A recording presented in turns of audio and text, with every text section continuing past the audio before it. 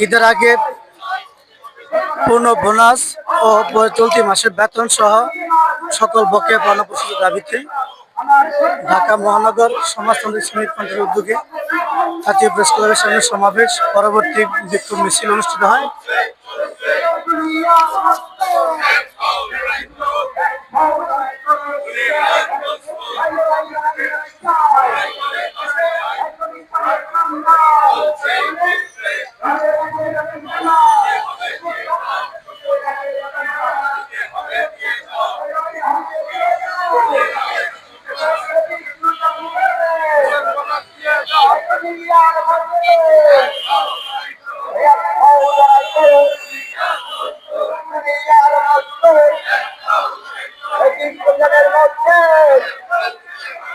মুনাফিকে হবে